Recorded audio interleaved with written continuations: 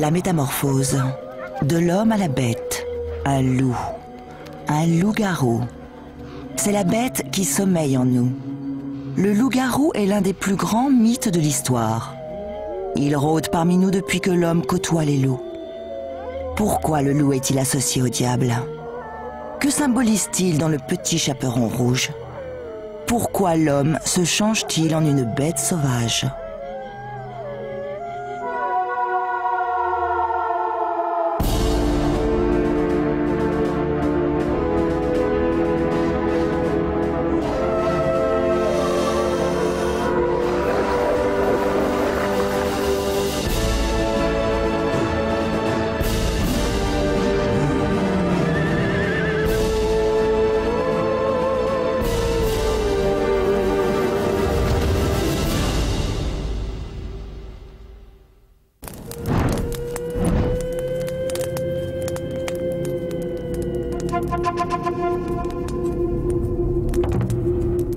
Depuis toujours, on raconte que certaines personnes ont la faculté de se transformer en animaux.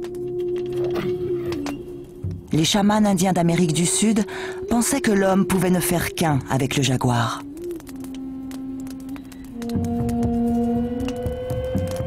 À l'aide de drogues psychédéliques, les guerriers croyaient pouvoir se transformer en jaguar avant d'attaquer l'ennemi.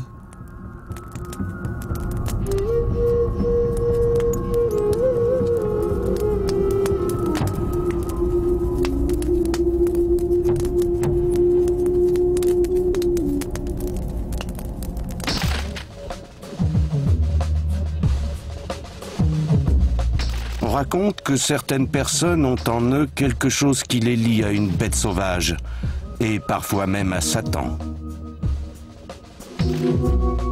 Rien ne distingue ces individus du commun des mortels. Mais à y regarder de plus près, ce sont des hommes corrompus. Cet homme est un loup-garou.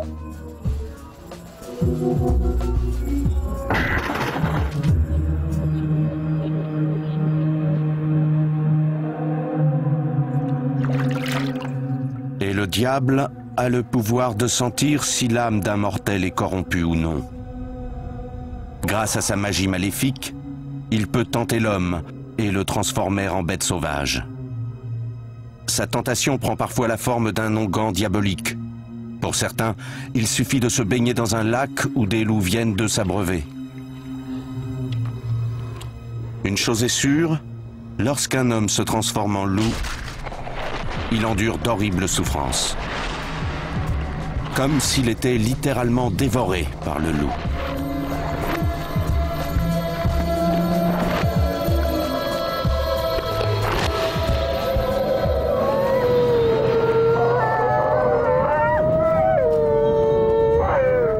Dérivé du latin et des langues germaniques, loup-garou signifie homme-loup.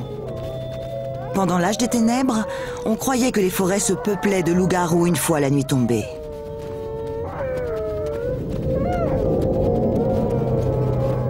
Ces créatures hantent les esprits superstitieux depuis des siècles.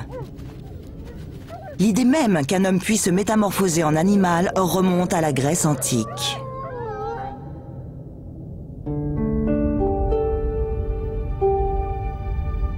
Les Grecs croyaient que leur dieu avait la faculté de se transformer en animal à volonté.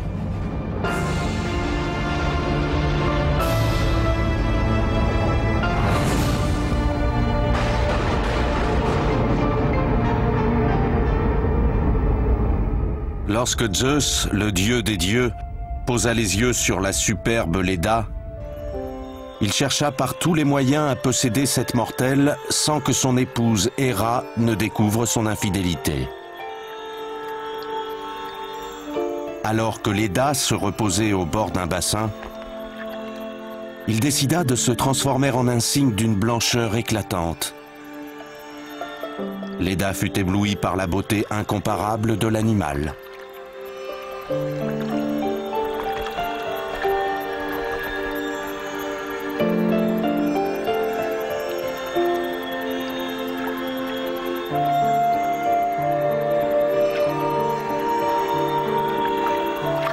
Quelque temps plus tard, de l'un des œufs du cygne naquit celle qui deviendrait la plus belle femme de tous les temps, Hélène, celle pour qui la guerre de Troie fut déclenchée.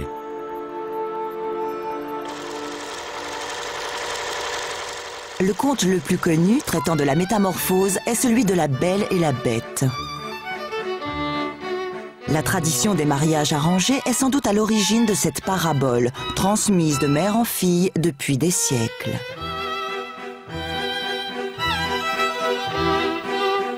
Pour une jeune fille, la perspective de se marier n'est pas réjouissante, surtout si ce n'est pas elle qui choisit son époux. Par ailleurs, il faut s'armer de courage pour supporter les ardeurs du mari.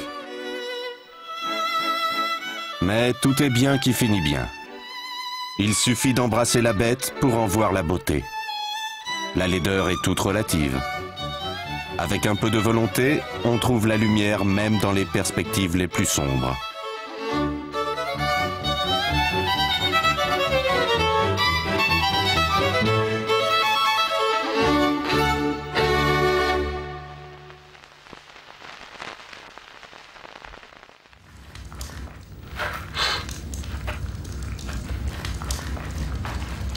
L'homme est un animal.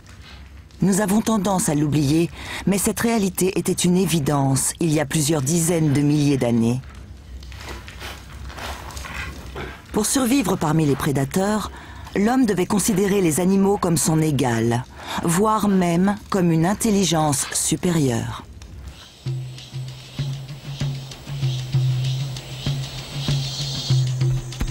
L'homme enviait leur faculté de voler, leur puissance ou encore leur rapidité.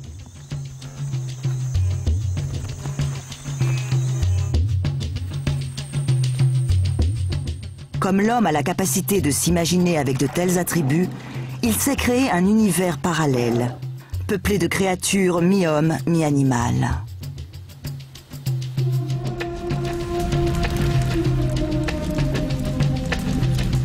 Lors de danses rituelles, les Africains se déguisaient en panthères et chassaient leurs ennemis imaginaires à l'aide de vraies pattes de léopard.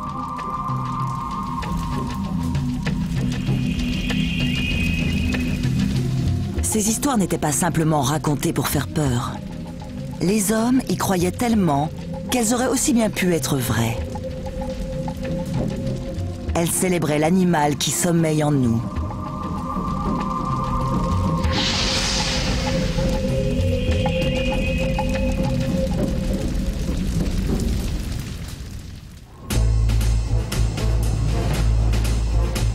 Mais un jour, quelque chose a changé.